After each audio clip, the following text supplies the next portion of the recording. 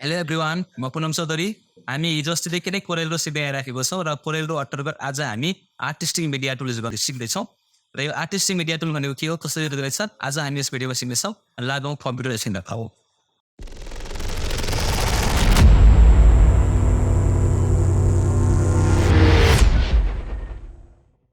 Okay, पहिला म कोरेलड्रोलाई open गरिहाल्छु। ओके, मेरो कोरेलड्रो खोलिसकेको छ। अब म यसमा एउटा न्यू डकुमेन्ट क्रिएट गर्छु। न्यू, त्यसपछि गएर म एपोर्ट साइज, ल्यान्डस्केप ओके गरेँ। र यस अन्तर्गत आज हामी यहाँनिर चाहिँ टुलबाट अन्तर्गत त्यो आर्टिस्टिक मिडिया टुल युज गर्न सिक्दैछ। र सर्टकट के यसको आई छ, सिर्फ आई। र यो आर्टिस्टिक मिडिया टुल एक आफैमा एकदमै ठुलो टुल हो। हामी विभिन्न डिजाइनहरूको लागि युज गर्छौँ। विभिन्न क्यालिग्राफीहरू, विभिन्न डिजाइनहरू, विभिन्न ड्रइङहरू, स्केचहरू बनाउनको लागि पनि हामी यसलाई युज गर्न सक्छौँ। र सुरुमा अब यसलाई युज गर्नको लागि यहाँनिर हामी यो सिलेक्ट गर्ने हो भने टुलबारबाट आर्टिस्टिक मिडिया टुललाई प्रपर्टी बारमा थुप्रै अप्सनहरू आउँछ। र सुरुमा चाहिँ यो प्रिसेट छ। र प्रिसेटभित्र यहाँनिर अप्सन पनि दिएको छ हामीसँग यहाँनिर। र यसमा यो 2021 एउटा यो बक्स आएको छ है। एउटा कमजोरी छ कोरेलड्रोको, यो माथि जान्छ, तल आउँदैन। जुन हामी यसबाट स्क्रोल डाउन गरेर हामी हेर्न एकदमै गाह्रो हुन्छ। र यसलाई एउटा सल्युसन भनेको हामी यसलाई यस्तै रिस्टोर डाउन गरेर यसको स्क्रिनलाई यसरी तल सारेर यहाँबाट क्लिक गरेर यसरी हेर्न सक्यौँ। एउटा अप्सन एउटा तरिका बसेको। र अब कुन चाहियो यसरी क्लिक गरेर हामी यसलाई यसरी ड्र गर्ने हो भने त्यो यहाँनिर ड्र भइहाल्छ। र यसको स्मुथनेस कति छ यहाँनिर, कति राख्ने भन्ने कुरा यहाँ दिएको छ। अनि यसको साइज दिएको छ यहाँनिर। साइज घटबड गर्न पऱ्यो भने यहाँबाट हामी घटबड गर्न पनि सक्यौँ।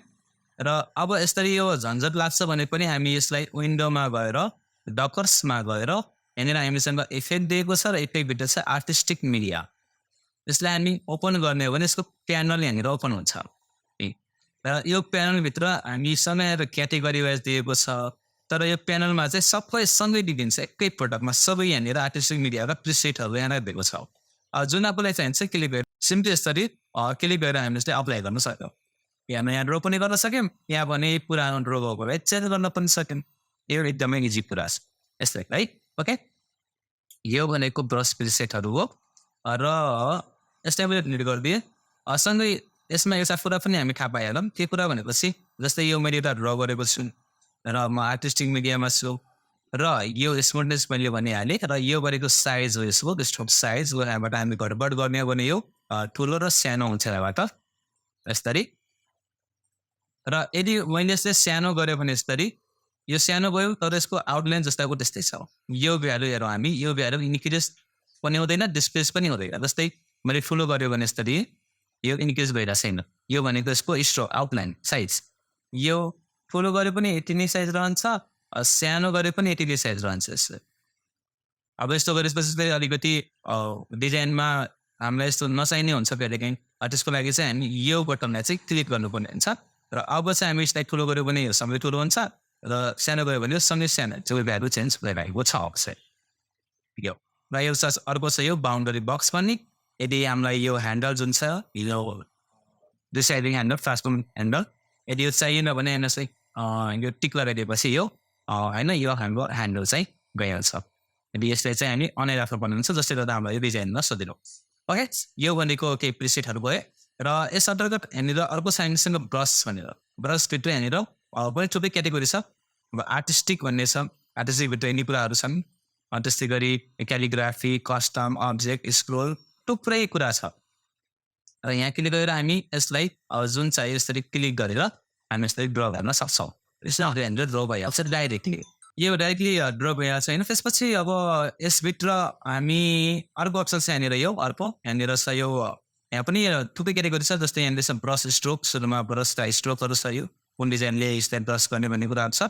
त्यसपछि यहाँनिर अर्को छ यो फुड अन्तर्गत यहाँ पनि थुप्रै छ। जस्तै चक्लेट स्विट्स होइन, यहाँनिर हामी ड्र गर्ने हो भने स्विट्सहरू आइहाल्छ। डिजाइनिङमा हामीलाई एकदम लागिहाल्छ होइन। यो कतैबाट बाहिरबाट लिएर आउनु पर्दैन। र यसको पनि अब ड्र गरिसकेपछि यसमा थुप्रै अप्सनहरू छ हामीसँग।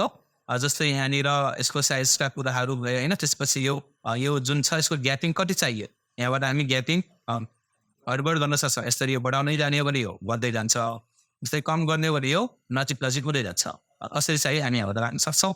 यहाँनिर अर्को अप्सन छ यो रोटेसनको लागि पनि दिएको छ। यसरी चाहियो कि हामीलाई होइन, अथवा यसरी चाहियो, थुप्रै कुराहरू छन्। र यो पाथ दिएको छ यहाँनिर।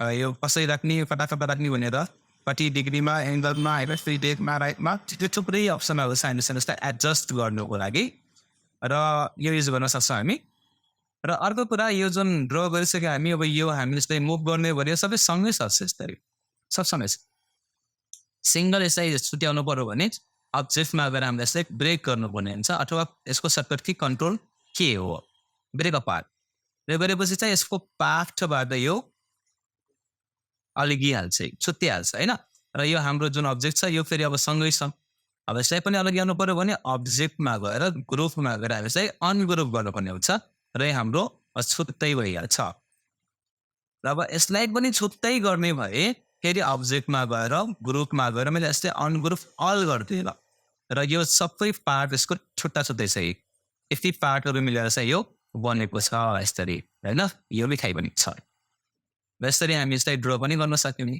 यसै यस्तो हेरेर यी टुक्राहरू होइन कति कति टुक्राहरू छ यस्तै यो मिठाई ओके यो भयो आर्टिस्ट्री मिडियाको के अप्सनहरू त्यसपछि यहाँनिर अर्को पनि अप्सन छ हामीसँग यसभित्रै यो फुट प्रिन्ट दिएको छ फुट प्रिन्ट यहाँनिर होइन यो खुट्टाका पिटलाहरू थुप्रै छन् अरू थुप्रै छ यहाँनिर मैले प्लान्ट्समा गयो भने यहाँ प्लान्ट्सहरू दिएको छ होइन बगैँचा ड्राइभ के अरे ड्र गर्नु पऱ्यो रुप यसरी ड्र भइहाल्छ यो सिम्पल कुराहरू हो थाहा पनि त्यसपछि अर्को छ हामीसँग यहाँनिर क्यालिग्राफीमा गएपछि पनि यसको स्मुथनेस कसरी राखेको छ र साइज कति राख्ने एङ्गल कति राख्ने भन्ने कुरो छ र यसमा हामी क्यालिग्राफी भनेको थाहा छ नि होइन थाहा छैन क्यालिग्राफिक टेक्स्टहरू यस्तो डिजाइनको टेक्स्ट छ जस्तै मैले यहाँबाट यस्तरी माथि गएँ यस्तरी गएर यस्तरी गएर यो बहुत ठुलो साइज छ म यसरी पनि सानो गर्छु है बेला ठिक छ र यस्तरी मैले गएँ हामीले यस्तरी माथि गयो यस्तरी गएर भने यो ए बनाएँ त्यहाँ आउँदैन फर्स्ट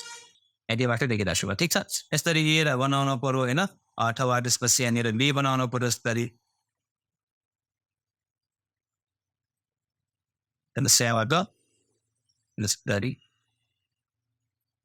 क्यालिग्राफीको टाइपमा यस्तै लेटर्सहरू अथवा टाइप गर्नु पऱ्यो कि डिजाइन बनाउनु पऱ्यो भने चाहिँ यस्तो युज गर्न सकिन्थ्यो त्यस्तै एसए यसै गएर केही हामी ड्र गर्न सक्ने ल आफ्नो नाम लेखेर देखाऊ मलाई यस्तरी है क्यालिग्राफी युज गरेर त्यो नाम लेख डिजाइन स्टाइलिसमा ओके यो क्यालिग्राफी भयो त्यसपछि अर्को हामीसँग यो के भन्छन् एक्सप्रेसन्स अन्तर्गत यहाँ पनि थुप्रै कुराहरू छन् होइन यिनीहरू यसरी हामी डाइरेक्टली ड्र गर्न सक्यौँ यी कुराहरू छ र यसको युज गर्दै हामी आज एउटा लोगो बनाउन सक्छौँ है ओके लोगोको लागि चाहिँ म यसलाई पुरै लेपन गरिदिएँ राइट सेपको लोगो बनाऊँ है यहाँनिर र राइट सेपको लोगोको लागि चाहिँ म यहाँनिर सिधै क्यापिटलमा टाइप गरिदिएँ RIGSTSTD होइन राइट स्टेप यसको फन्ट मैले टाइप गरिदिएँ टाइप्स इन रोमन र यसलाई बोल्ड पनि गरिदिएँ मैले थोरै यसलाई म ठुलो गरिदिएँ र यसको तल हामीले लेख्नुपर्ने छ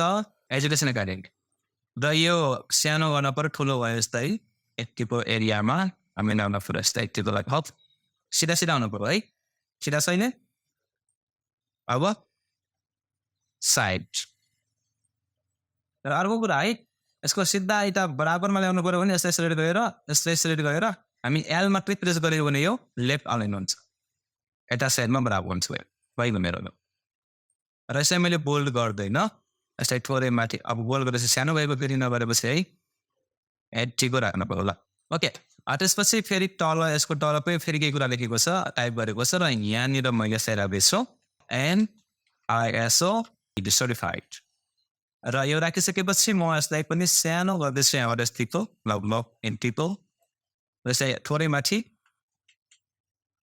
यो भइसकेपछि सिधा भयो भएन कि अब है यो सिधा हुनु पऱ्यो त्यसपछि यसको कलर चाहिँ म यो ब्लू राखिदिएँ यसको कलर कुन छ के देख्छ स्काई ब्लू गर्नु पऱ्यो स्काई ब्लू यो होला यसमा यो नेभी ब्लू होइन यसमा चाहिँ नेभी ब्लू ओके यो भइसकेपछि त्यसपछि यहाँनिर फुट प्रिन्ट छ नि होइन फुट प्रिन्ट त्यसको लागि चाहिँ हामी यो आर्टिस्टिक मिडिया टुल युज गर्न सक्यो यसमा गएर म यहाँबाट फुट प्रिन्ट लिँदैछु र यहाँबाट एउटा कुनै डिजाइन यो होला ल साइडसरी गएर यसलाई ड्र गरिदिएँ अब एउटा मात्रै आयो अथवा दुईवटा आयो धेरै आयो भने पनि नो प्रब्लम है यसलाई हामी अब्जेक्टमा गएर बेक गर्छौँ यो ब्रेक हुन्छ त्यसपछि यसलाई हामी अनग्रुप गर्छौँ के अरे ग्रुपमा गएर अनग्रुप गर्नु पर्यो र मलाई यो यताको चाहिएन यसलाई म डिलिट गरिदिन्छु मलाई यता मात्रै चाहियो र यो धेरै ठुलो छ यसलाई म थोरै सानो गर्छु र अब यताको यो जुन छ नि यो यिनीहरू यसलाई पनि हटाउनु पर्यो यो ठुलो यो यसको लागि चाहिँ म युज गरिदिन्छु इरेजर टुल यस प्राइस ओके यो भइसकेपछि अब यसलाई अझै सानो गर्छु म थोरै र यसमा कलर एनो थोरै रोटेट यस्तै र यहाँनिर राखेँ मैले यस्तो गरी त्यसपछि गएर यसलाई मैले यहाँनिर राखेँ यहाँनिर यसको कलर म राख्दैछु रेडमा र थोरै रोटेट गरिदिने हुन्छ त्यसपछि फेरि यसलाई मैले यहाँनिर राख्दैछु थोरै सानो गरेर यसलाई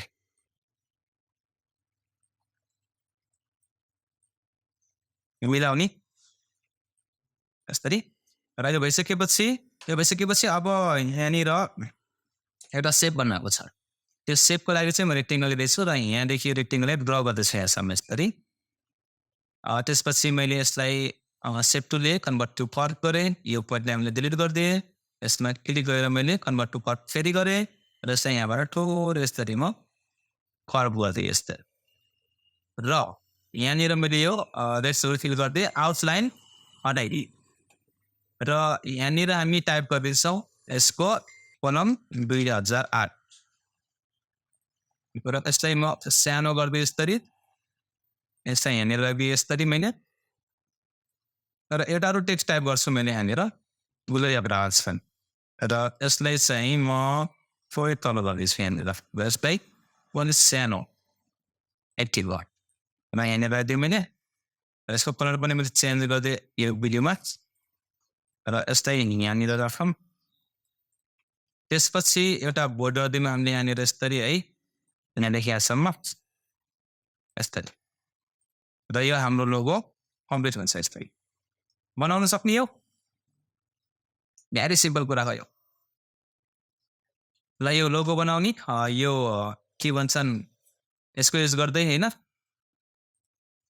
यसलाई पछाडि पठाऊँ थोरै यहाँनिर म मिस्टेक देखिरहेको छु है यो फुटप्रिन्टलाई यहाँ राखौँ त यसरी ल यो आजको सिम्पल काम छ यो बनाउने र मैले अस्ति नै भनेको थिएँ त्यो लोगोहरू बनाएर छु कि नै त्यो लोगो पनि बनाउँदै जाने पुरा गरेँ कम्प्लिट र यो सिम्पल आजको यो लोगो चाहिँ बनाउनु पर्यो है okay keep watching, keep practice. Thank you.